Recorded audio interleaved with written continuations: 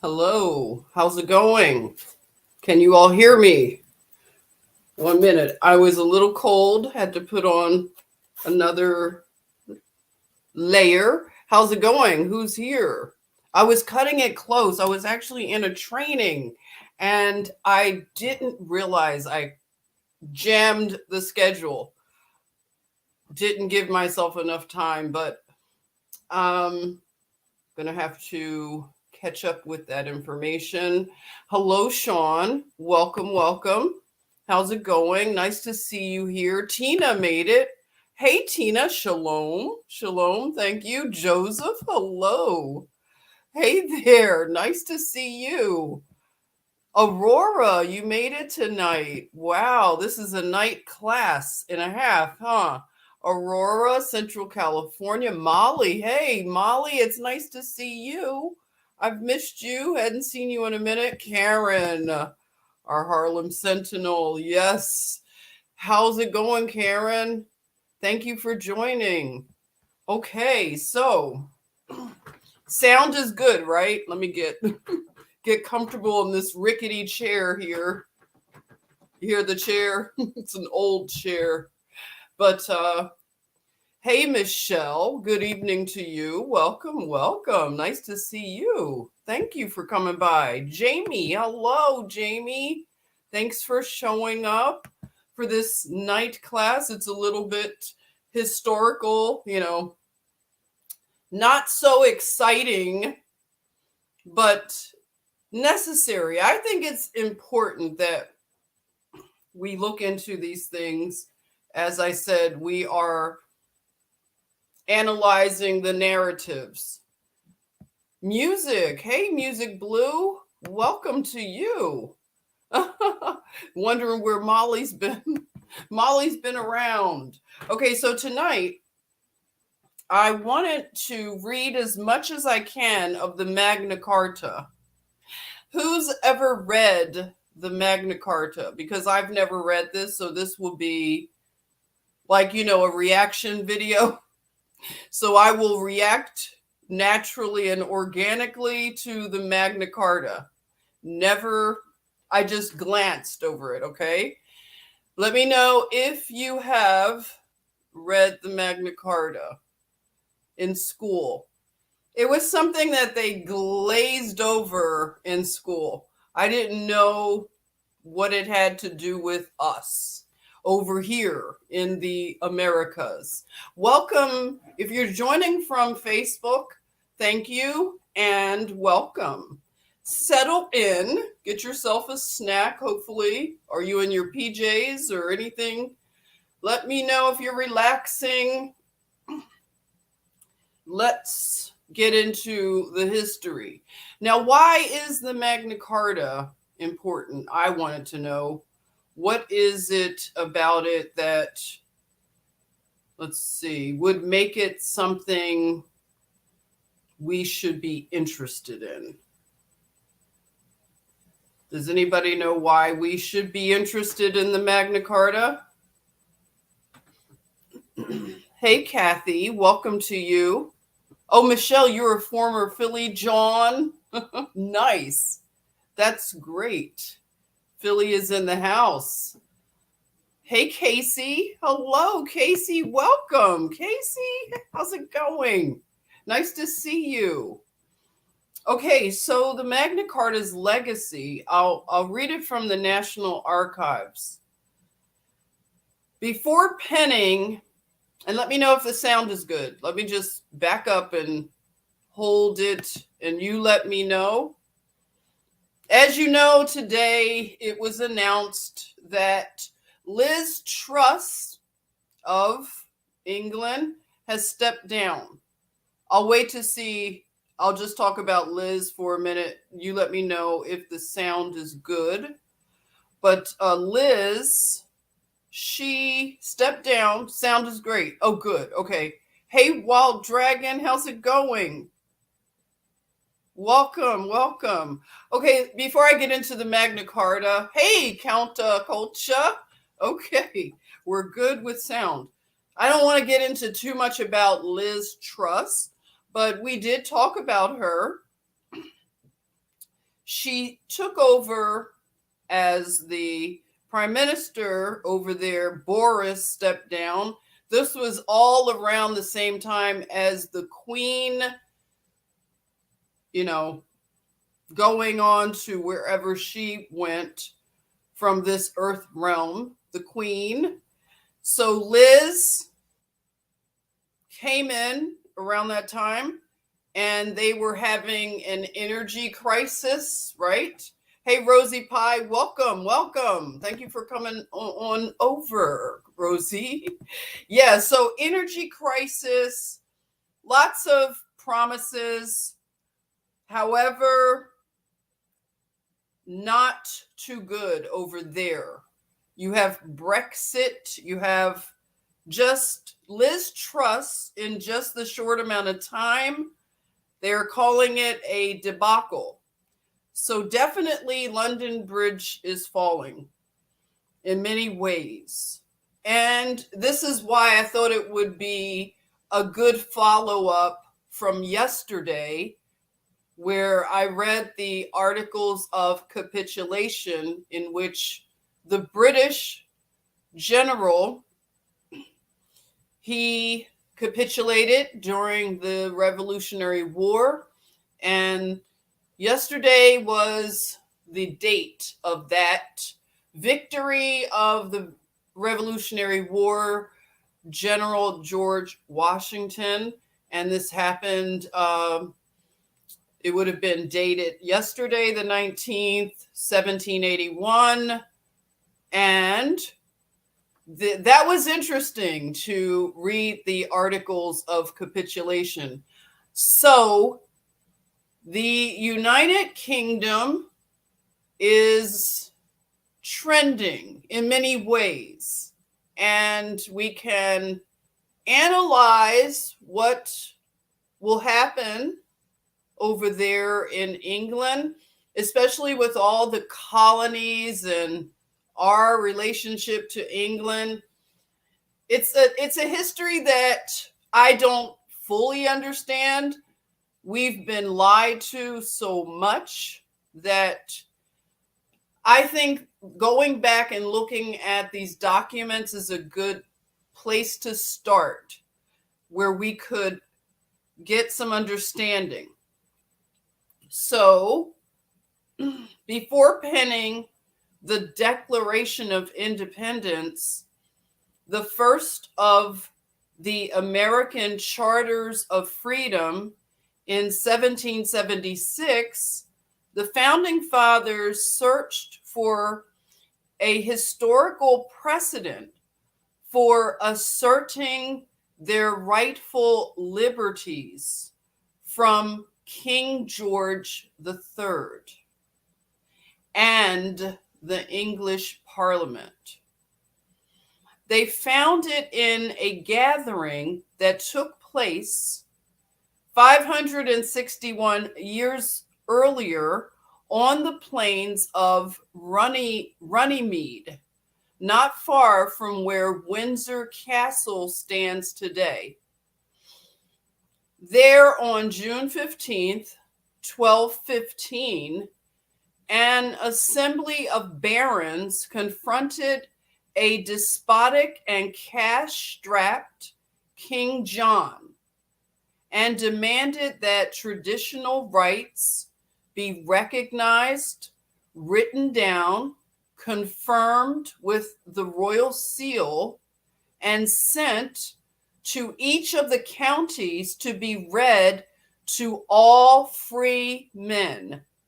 The result was Magna Carta, a momentous achievement for the English barons, and nearly 6 centuries later, an inspiration for angry American colonists. Okay, so that's just a little background before getting into the reading of the Magna Carta. Okay. Now, again, bear with me. I have not read this ahead of time, so this is truly an organic reaction. Welcome, Angelique. I haven't seen you in a while. Nice to see you. Hugs to you. Very nice. Okay, ready, everyone? Let's get into the Magna Carta. All right, so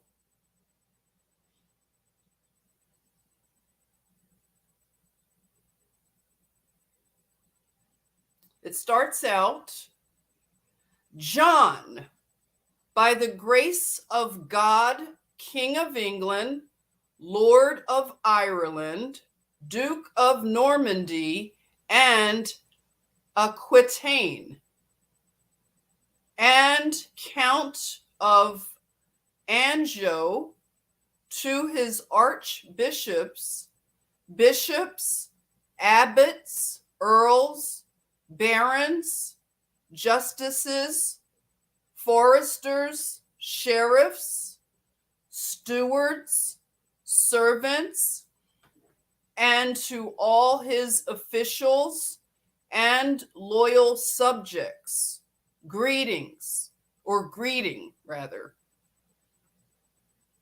Know that before God, for the health of our soul and those of our ancestors and heirs, to the honor of God, the exaltation of the Holy Church, and the better ordering of our kingdom, at the advice of our Reverend Fathers Stephen, Archbishop of Canterbury, Primate of all England, and Cardinal of the Holy Roman Church, Henry, Archbishop of Dublin, William, Bishop of London, Peter, Bishop of Winchester, Jocelyn, Bishop of Bath and Glastonbury, Hugh, Bishop of Lincoln, Walter, Bishop of Worcester, William, Bishop of Coventry, Benedict, Bishop of Rochester, Master Pandulph, subdeacon and member of the papal household, Brother Emeric, master of the knighthood of the Temple in England, William Marshall, Earl of Pembroke, William, Earl of Salisbury, William, Earl of Warren, William, Earl of Arundel, Alan of Galloway, Constable of Scotland, Warren Fitzgerald, Peter Fitzherbert, Hubert de Burgh, Seneschal of Pointow, Hugh D. Neville, Matthew Fitz Herbert, Thomas Bassett, Alan Bassett, Philip Daubeny, Robert de Ropoli, John Marshall, John Fitzhugh, and other loyal subjects. First, that we have granted to God, and by this present charter have confirmed for us and our heirs in perpetuity, that the English Church shall be free and shall have its rights undiminished and its liberties unimpaired, that we wish this so to be observed appears from the fact that our own free will, before the outbreak of the present dispute between us and our barons, we granted and confirmed by charter the freedom of the church's elections, a right reckoned to be of the greatest necessity and importance to it, and caused this to be confirmed by Pope Innocent III. This freedom we shall observe ourselves, and desire to be observed in good faith by our heirs in perpetuity. To all free men of our kingdom we have also granted for us and our heirs forever all the liberties written out below, to have and to keep for them and their heirs, of us and our heirs. 2. If any earl, baron, or other person that holds lands directly of the crown for military service shall die, and at his death his heir shall be of full age and owe a relief, the heir shall have his inheritance on payment of the ancient scale of relief. That is to say, the heir or heirs of an earl shall pay £100 for the entire earl's barony. The heir or heirs of a knight, 100, at most for the entire knight's fee. And any man that owes less shall pay less, in accordance with the ancient usage of fees. 3.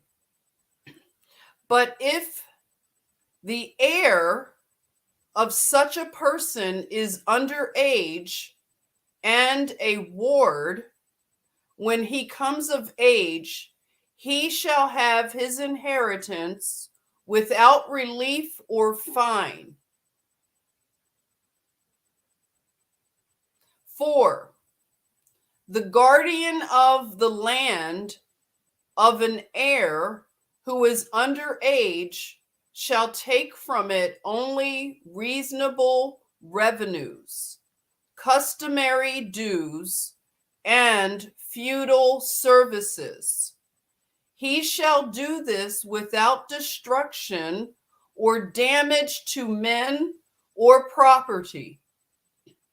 If we have given the guardianship of the land to a sheriff or to any person answerable to us for the revenues, and he commits destruction or damage, we will exact compensation from him, and the land shall be entrusted to 2 worthy and prudent men of the same fee, who shall be answerable to us for the revenues or to the person to whom we have assigned them.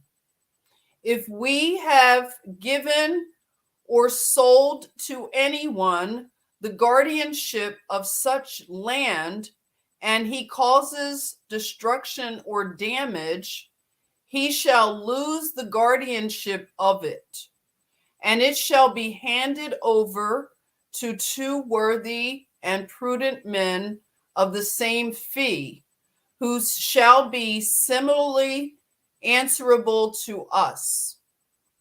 5. For so long as a guardian has guardianship of such land, he shall maintain the houses, parks, fish preserves, ponds, mills, and everything else pertaining to it, from the revenues of the land itself. When the heir comes of age, he shall restore the whole land to him, stocked with plow teams and such implements of husbandry as the season demands, and the revenues from the land can reasonably bear. 6. Heirs may be given in marriage, but not to someone of lower social standing. Before a marriage takes place, it shall be made known to the heirs next of kin. 7. At her husband's death, a widow may have her marriage portion and inheritance at once and without trouble. She shall pay nothing for her dower, marriage portion, or any inheritance that she and her husband held jointly on the day of his death. She may remain in her husband's house for 40 days after his death, and within this period her dower shall be assigned to her. 8. No widow shall be compelled to marry so long as she wishes to remain without a husband, but she must give security that she will not marry without royal consent if she holds her lands of the crown, or without the consent of whatever other lord she may hold them of. 9. Neither we nor our officials will seize any land or rent in payment of a debt, so long as the debtor has movable goods sufficient to discharge the debt. A debtor's sureties shall not be distrained upon so long as the debtor himself can discharge his debt. If, for lack of means, the debtor is unable to discharge his debt, his sureties shall be answerable for it. If they so desire, they may have the debtor's lands and rents until they have received satisfaction for the debt that they paid for him, unless the debtor can show that he has settled his obligations to them. 10. If anyone who has borrowed a sum of money from Jews dies before the debt has been repaid, his heir shall pay no interest on the debt for so long as he remains under age, irrespective of whom he holds his lands. If such a debt falls into the hands of the crown, it will take nothing except the principal sum specified in the bond. 11. If a man dies owing money to Jews, his wife may have her dower and pay nothing towards the debt from it. If he leaves children that are under age, their needs may also be provided for on a scale appropriate to the size of his holding of lands. The debt is to be paid out of the residue, reserving the service due to his feudal lords. Debts owed to persons other than Jews are to be dealt with similarly. 12. No scutage or aid may be levied in our kingdom without its general consent, unless it is for the ransom of our person, to make our eldest son a knight, and wants to marry our eldest daughter. For these purposes, only a reasonable aid may be levied. Aids from the City of London are to be treated similarly. 13. The City of London shall enjoy all its ancient liberties and free customs, both by land and by water. We also will and grant that all other cities, boroughs, towns, and ports shall enjoy all their liberties and free customs. 14.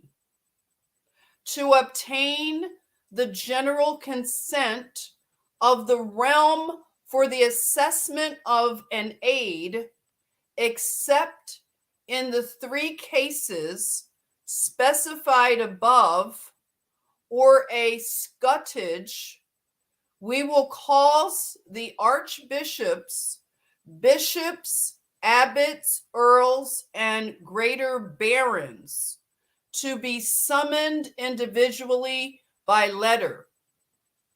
To those who hold lands directly of us, we will cause a general summons to be issued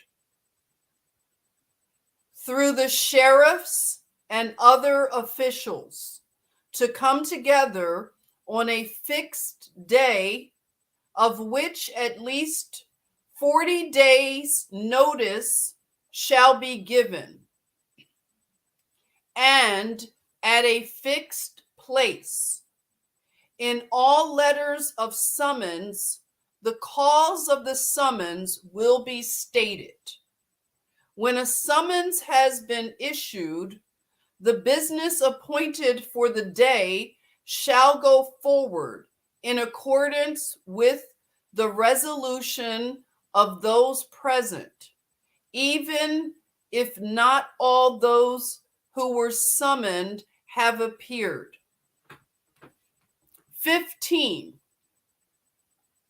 In future, we will allow no one to levy an aid from his free men, except to ransom his person, to make his eldest son a knight, and once to marry his eldest daughter. For these purposes only, a reasonable aid may be levied. 16. No man shall be forced to perform more service for a knight's fee or other freeholding of land than is due from it. 17. Ordinary lawsuits shall not follow the royal court around, but shall be held in a fixed place. 18. Inquest of novel dissension, mort de ancestor, and darrein presentment shall be taken only to their proper county court. We ourselves, or in our absence abroad, our Chief Justice will send 2 justices to each county 4 times a year, and these justices, with 4 knights of the county elected by the county itself, shall hold the assizes in the county court on the day and in the place where the court meets. 19. If any assizes cannot be taken on the day of the county court, as many knights and freeholders shall afterwards remain behind. Of those who have attended the court, as will suffice for the administration of justice, having regard to the volume of business to be done. 20. For a trivial offense, a free man shall be fined only in proportion to the degree of his offense, and for a serious offense, correspondingly, but not so heavily as to deprive him of his livelihood. In the same way, a merchant shall be spared his merchandise, and a villein the implements of his husbandry, if they fall upon the mercy of a royal court. None of these fines shall be imposed except by the assessment on oath of reputable men of the neighborhood. 21. Earls and barons shall be fined only by their equals, and in proportion to the gravity of their offense. 22. A fine imposed upon the lay property of a clerk in holy orders shall be assessed upon the same principles, without reference to the value of his ecclesiastical benefice. 23. No town or person shall be forced to build bridges over rivers except those with an ancient obligation to do so. 24. No sheriff, constable, coroners, or other royal officials are to hold lawsuits that should be held by the royal justices. 25.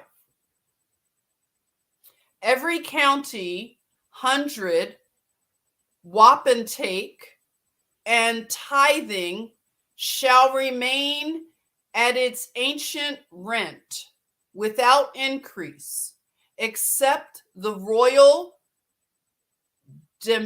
demesne manors. 26.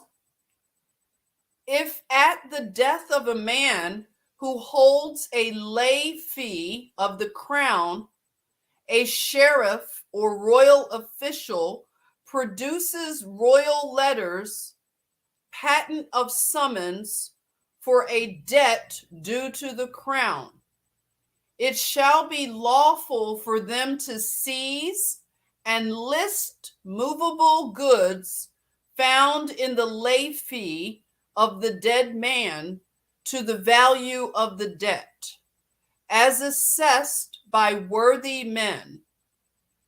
Nothing shall be removed until the whole debt is paid.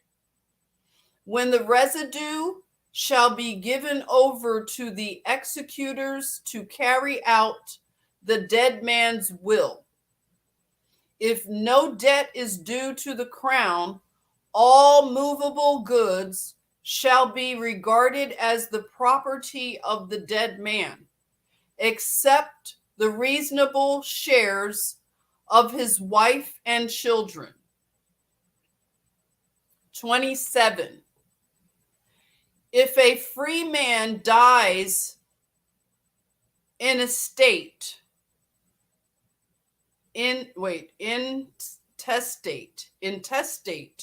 his movable goods are to be distributed to his next of kin and friends under the supervision of the church. The rights of his debtors are to be preserved. 28. No constable or other royal official shall take corn or other movable goods from any man without immediate payment, unless the seller voluntarily offers postponement of this. 29.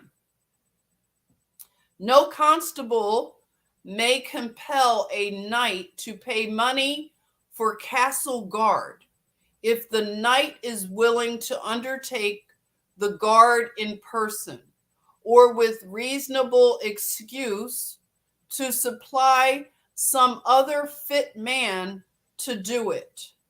A knight taken or sent on military service shall be excused from castle guard for the period of this service.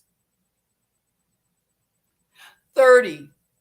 No sheriff, royal official, or other person shall take horses or carts for transport from any free man without his consent.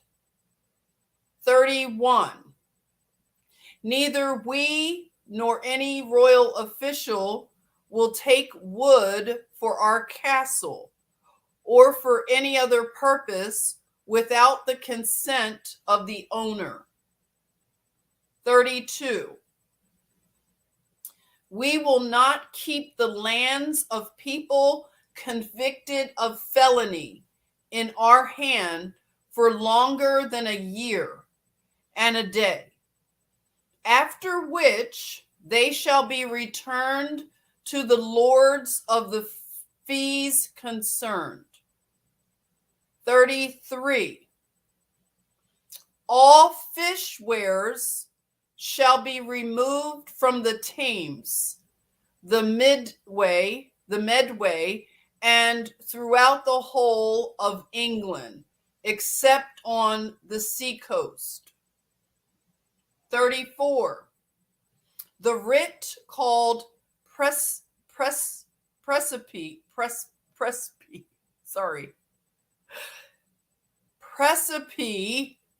shall not in future be issued to anyone in respect of any holding of land, if a free man could thereby be deprived of the right of a trial in his own Lord's court. 35. There shall be standard measures of wine, ale, and corn, the London quarter, throughout the kingdom. There shall also be a standard width of dye cloth, russet, and haberject, namely 2 ells within the selvages. Weights are to be standardized similarly. 36.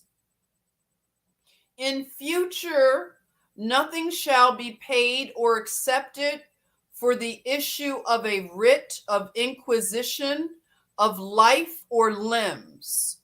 It shall be given gratis and not refused. 37. If a man holds land of the crown by fee farm, socage, or burgage, and also holds land of someone else for knight's service, we will not have guardianship of his heir, nor of the land that belongs to the other person's fee, by virtue of the fee farm, socage, or burgage, unless the fee farm owes knight's service. We will not have the guardianship of a man's heir or of land that he holds of someone else, by reason of any small property that he may hold of the crown for a service of knives, arrows, or the like. 38. In future, no official shall place a man on trial upon his own unsupported statement, without producing credible witnesses to the truth of it. 39. No free man shall be seized or imprisoned or stripped of his rights or possessions, or outlawed or exiled, or deprived of his standing in any way, nor will we proceed with force against him, or send others to do so, except by the lawful judgment of his equals or by the law of the land. 40. To no one will we sell, to no one deny or delay right or justice. 41. All merchants may enter or leave England unharmed and without fear, and may stay or travel within it by land or water for purposes of trade, free from all illegal exactions, in accordance with ancient and lawful customs. This, however, does not apply in time of war to merchants from a country that is at war with us. Any such merchants found in our country at the outbreak of war shall be detained without injury to their persons or property until we or our Chief Justice have discovered how our own merchants are being treated in the country at war with us. If our merchants are safe, they shall be safe too. 42. In future, it shall be lawful for any man to leave and return to our kingdom unharmed and without fear, by land or water, preserving his allegiance to us, except in time of war, for some short period, for the common benefit of the realm. People that have been imprisoned or outlawed in accordance with the law of the land, people from a country that is at war with us, and merchants who shall be dealt with as stated above, are accepted from this provision. 43. If a man holds lands of any escheat, such as the honor of Wallingford, Nottingham, Boulogne, Lancaster, or of other escheats in our hand that are baronies, at his death his heir shall give us only the relief and service that he would have made to the baron, had the barony been in the baron's hand. We will hold the escheat in the same manner as the baron held it. 44. Excuse me. People who live outside the forest need not in future appear before the royal justices of the forest in answer to general summons, unless they are actually involved in proceedings or are sureties for someone who has been seized for a forest offense. 45.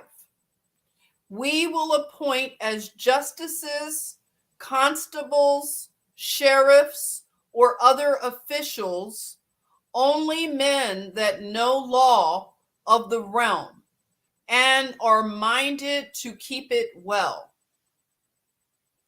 46. All barons who have founded abbeys and have charters of English kings or ancient tenure as evidence of this may have guardianship of them when there is no abbot, as is their due. 47. All forests that have been created in our reign shall at once be disafforested. River banks that have been enclosed in our reign shall be treated similarly. 48. All evil customs relating to forests and warrens, foresters, warreners, sheriffs and their servants, or river banks and their wardens, are at once to be investigated in every county by 12 sworn knights of the county, and within 40 days of their inquiry, the evil customs are to be abolished completely and irrevocably. But we, or our Chief Justice, if we are not in England, are first to be informed. 49. We will at once return all hostages and charters delivered up to us by Englishmen as security for peace or for loyal service. 50. We will remove completely from their offices the kinsmen of Gerald de Athy, and in future they shall hold no offices in England. The people in question are Engelard de Sagone, Peter, Guy, and Andrew de Chanso, Guy de Sagone, Geoffrey de Martigny, and his brothers, Philip Mark, and his brothers, with Geoffrey his nephew, and all their followers. 51. As soon as peace is restored, we will remove from the kingdom all the foreign knights, bowmen, their attendants, and the mercenaries that have come to its harm, with horses and arms. 52. To any man whom we have deprived or dispossessed of lands, castles, liberties, or rights, without the lawful judgment of his equals, we will at once restore these. In cases of dispute, the matter shall be resolved by the judgment of 25 barons, referred to below in the clause for securing the peace. In cases, however, where a man was deprived or dispossessed of something without the lawful judgment of his equals by our father King Henry or our brother King Richard, and it remains in our hands or is held by others under our warranty, we shall have respite for the period commonly allowed to crusaders, unless a lawsuit had been begun, or an inquiry had been made at our order before we took the cross as a crusader. On our return from the crusade, or if we abandon it, we will at once render justice in full. 53. We shall have similar respite in rendering justice in connection, it says, I guess, with forests that are to be deforested or to remain forest, when these were first afforested by our father Henry to our brother Richard, with the guardianship of lands in another person's fee, when we have hitherto had this by virtue of a fee held of us for knight's service by a third party, and with abbeys founded in another person's fee, in which the lord of the fee claims to own a right. On our return from the crusade, or if we abandon it, we will at once do full justice to complaints about these matters. 54.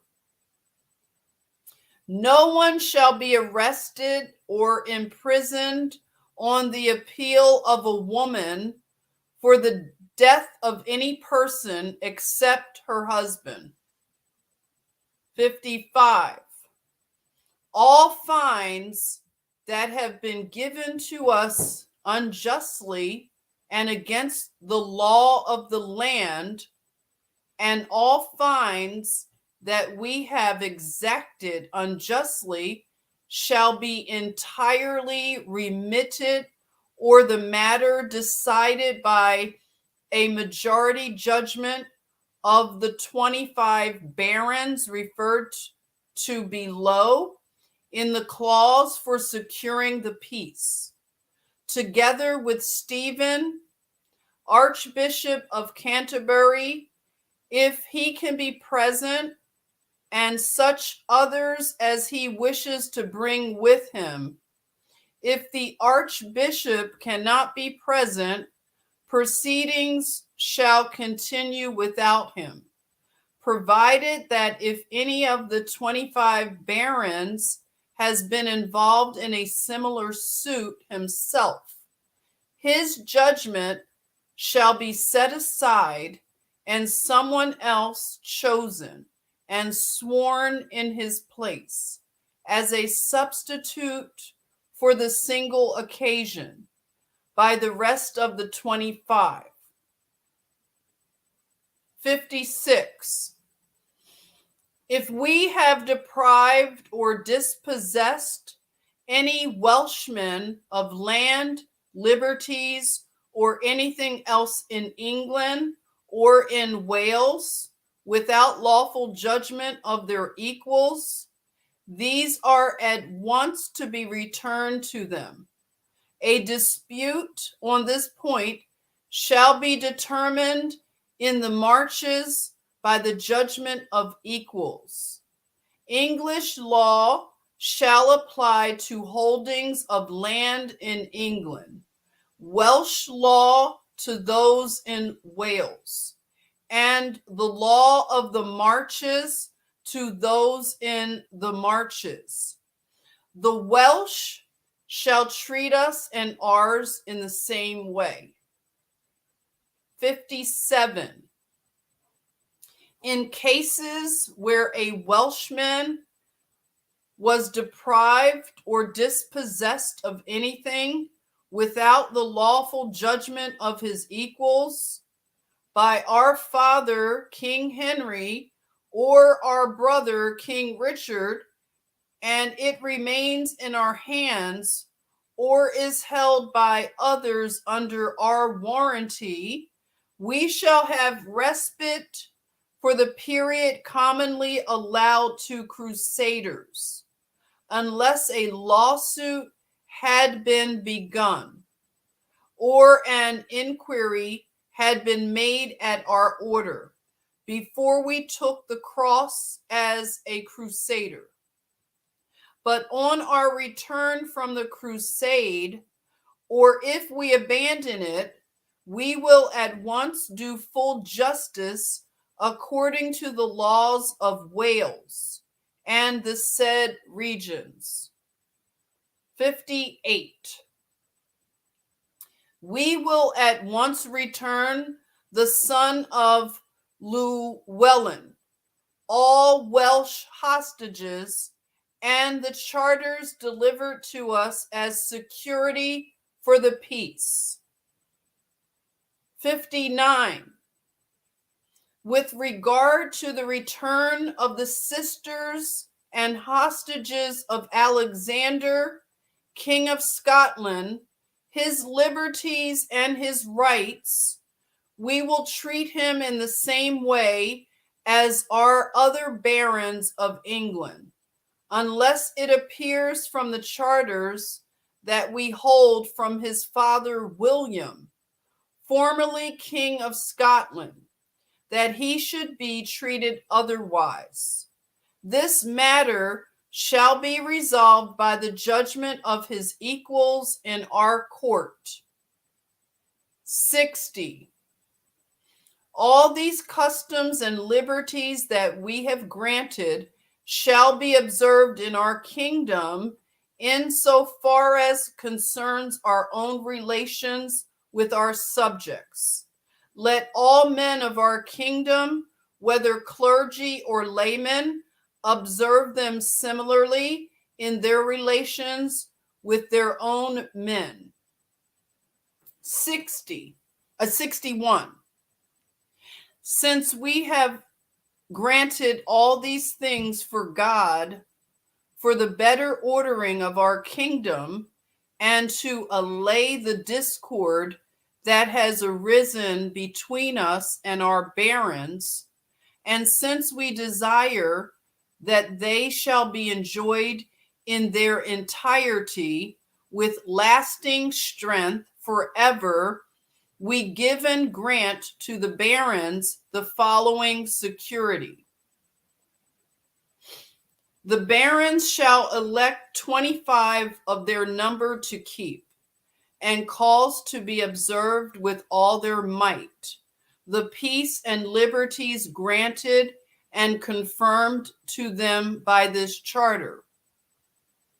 If we, our Chief Justice, our officials, or any of our servants offend in any respect against any man, or transgress any of these articles of the peace or of this security, and the offense is made known to 4 of the said 25 barons, they shall come to us, or in our absence from the kingdom, to the Chief Justice, to declare it and claim immediate redress.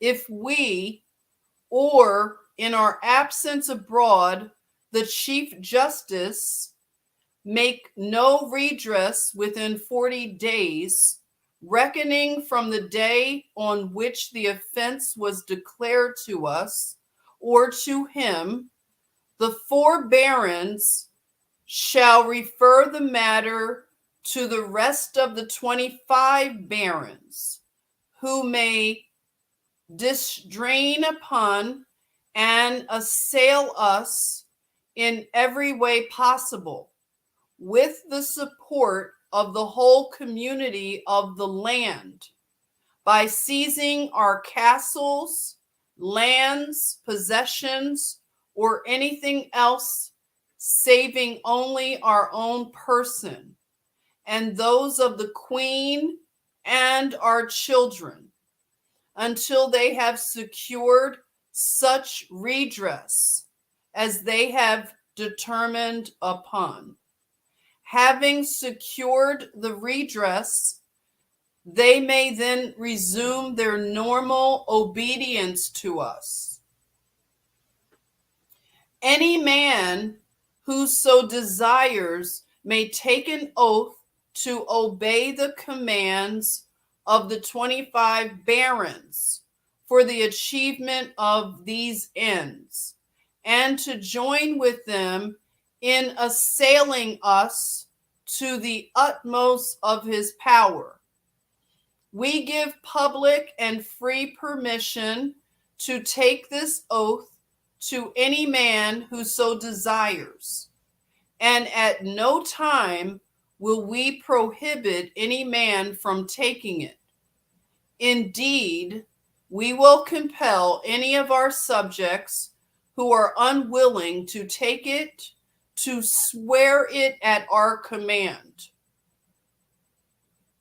If one of the 25 barons dies or leaves the country, or is prevented in any way from discharging his duties, the rest of them shall choose another baron in his place at their discretion, who shall be duly sworn in as they were.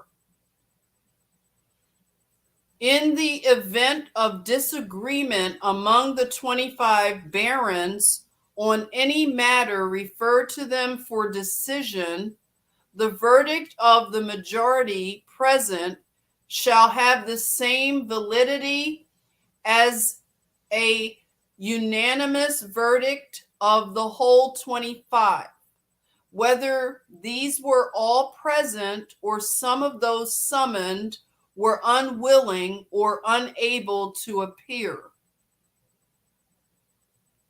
The 25 barons shall swear to obey all the above articles faithfully, and shall cause them to be obeyed by others to the best of their power.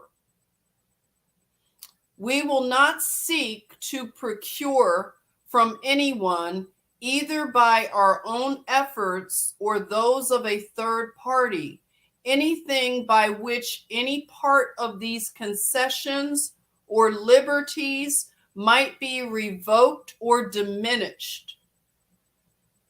Should such a thing be procured, it shall be null and void, and we will at no time make use of it, either ourselves or through a third party. 62. We have remitted and pardoned fully to all men any ill will, hurt, or grudges that have arisen between us and our subjects, whether clergy or laymen, since the beginning of the dispute. We have in addition remitted fully, and for our own part have also pardoned to all clergy and laymen any offenses committed as a result of the said dispute between Easter in the 16th year of our reign and the restoration of peace.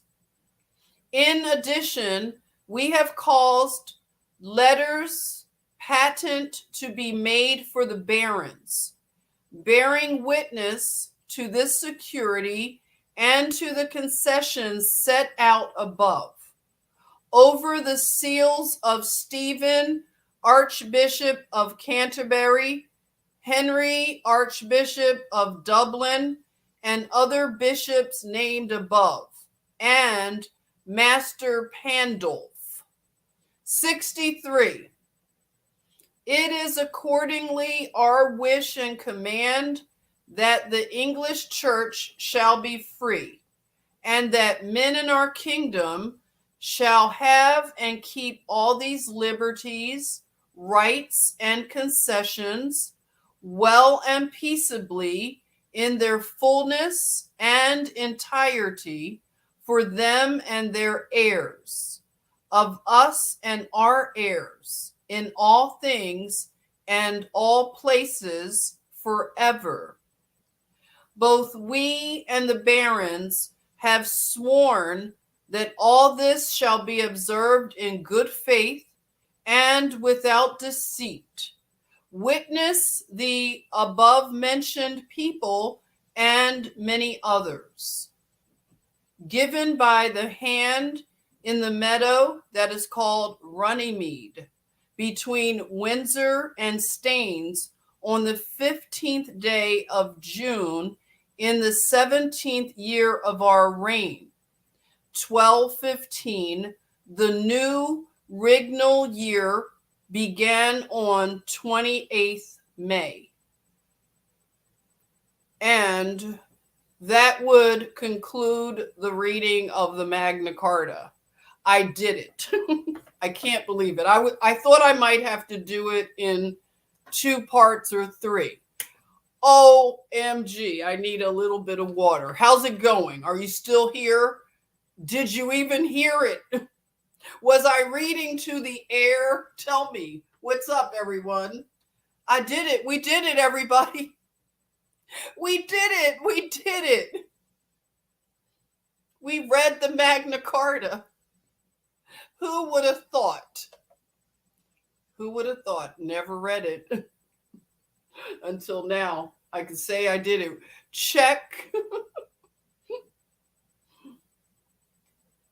So, you did hear it, right? So it did go through. Nothing happened with the, we get all those technology issues. Good, I'm good. You listen to it all, Counterculture. Wow. Oh my gosh. Hey, Tina, do we believe this was written in 1215? Listen, Tina, I am up for any thoughts, okay? Thank you so much, PH Joy. You rock too. But in terms of the year, timelines and everything.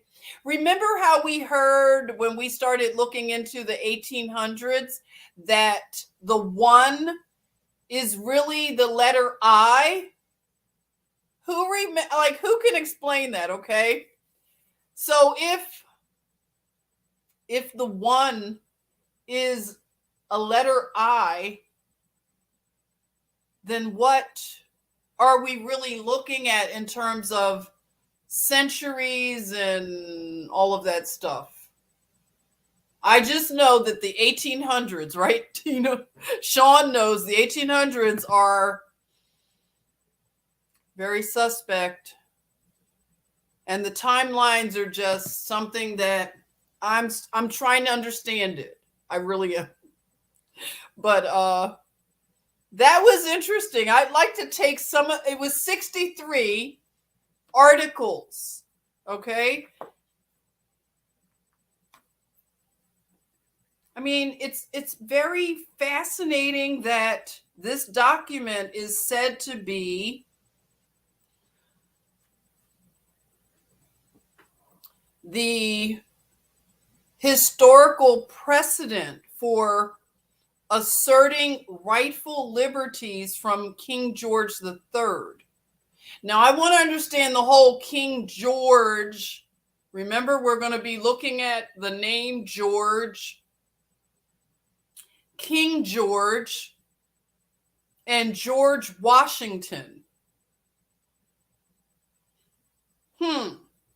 Now, I've been considering a lot of things. I listen to Kev Gillespie. He's been really getting me in the mindset to want to study this stuff deeper.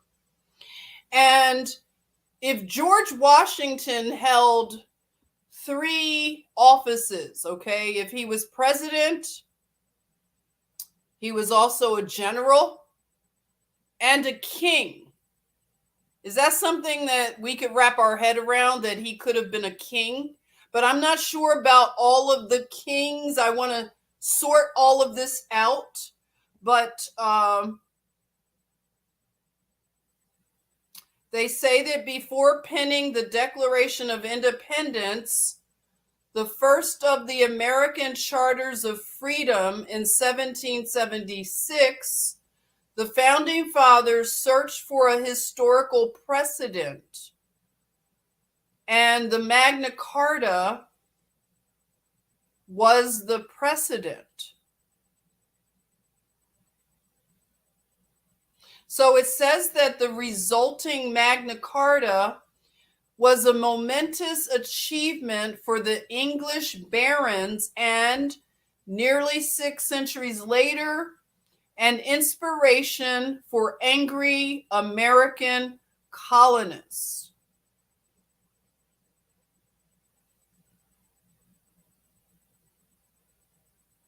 So it's something about barons, right? So let me read this. This is sort of just a little, extra. The document conceded by John and set with his seal in 1215, however, was not what we know today as Magna Carta, but rather a set of baronial stipulations, now lost, known as the Articles of the Barons. After John and his barons agreed on the final provisions and additional wording changes, they issued a formal version on June 19th, and it is this document that came to be known as Magna Carta. Of great significance to future generations was a minor wording change: the replacement of the term any baron with any freeman, in stipulating to whom the provisions applied. Over time, it would help justify the application of the charter's provisions to a greater part of the population, while freemen were a minority in 13th century England, the term would eventually include all English, just as we the people would come to apply to all Americans in this century.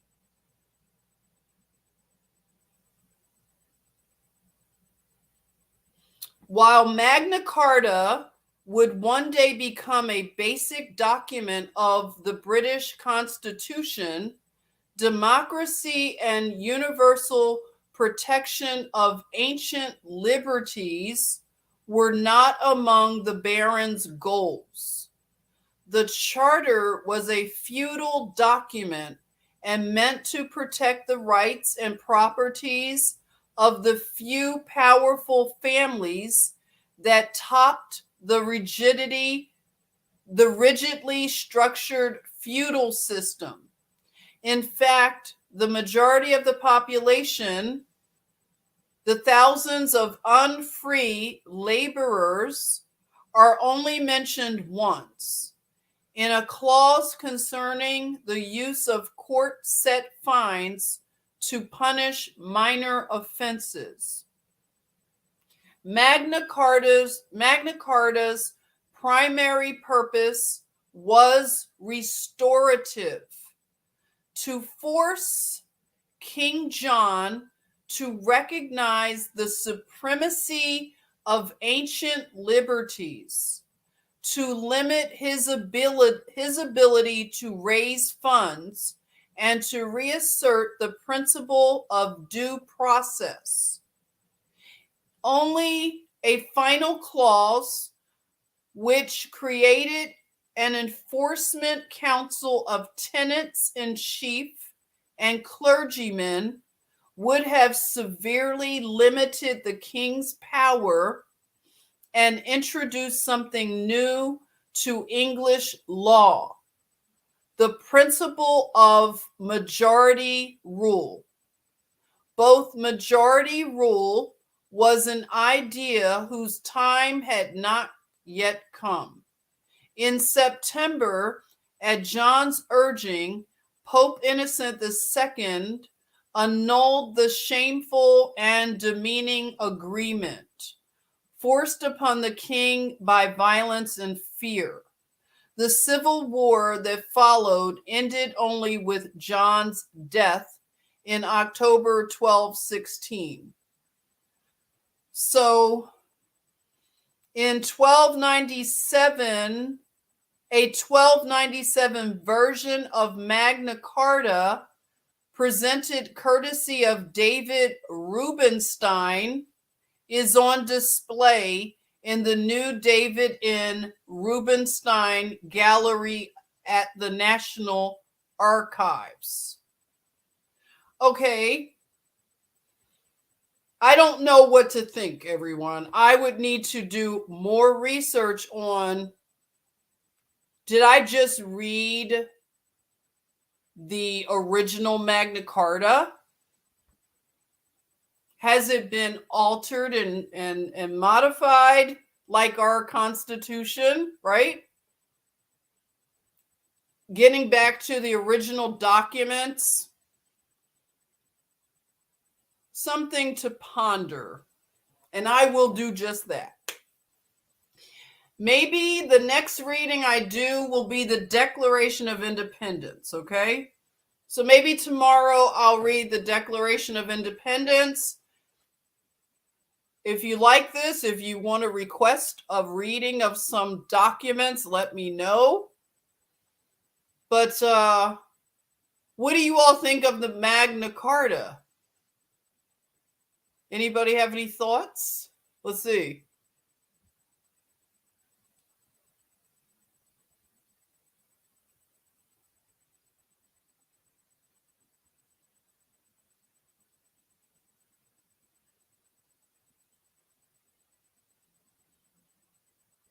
Barons report directly to the king. Huh. Interesting. Yeah. I don't know that whole like setup of the org chart, in other words, of a kingdom. You're welcome, Karen. Thank you for showing up. So we'll decide. Let's see, page musical and its steaming thoughts at JennyEason. Hey, Contextual. It was the foundation for our supposed liberties today. Yes, so that's why I wanted to read it finally. Hey, Carletta, thanks for coming by. The Doctrine of Discovery. Please read that document. Oh, let me write that down. The Document of Discovery. Let me check it out, okay? See what's up with that. What's special about it, Carlotta? The Document of Discovery. What's that all about? The doctrine, rather, of discovery. The Doctrine of Discovery. I have to look into it, okay? All right. Hey, the Cold Hard Truth, too. Welcome. Haven't seen you in a bit. I was late, so need to oh, yeah. It'll be restreamed, hopefully right away. Sometimes it takes a little while to render the live streams, but it should be up. Thank you for coming by tonight. Hope you sleep well. We are now into October 21st, okay? Have a good one, everyone. And I'll see you later, okay? We'll do the Declaration of Independence. I think that would be nice, right? Look into it and ponder some of this stuff. If you have anything that you come across, if you want to explain anything about the Magna Carta, please drop it in the comments section, because we're all learning together and it's all just interesting at this point, okay?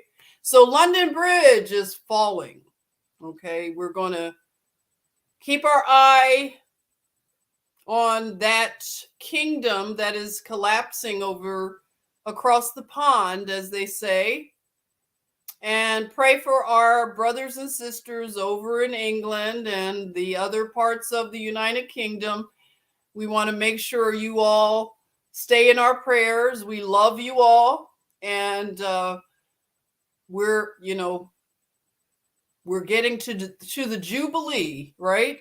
So Liz Truss has resigned, and they say this is the shortest time a prime minister has ever been in office. So kind of weird, but I guess we're not surprised.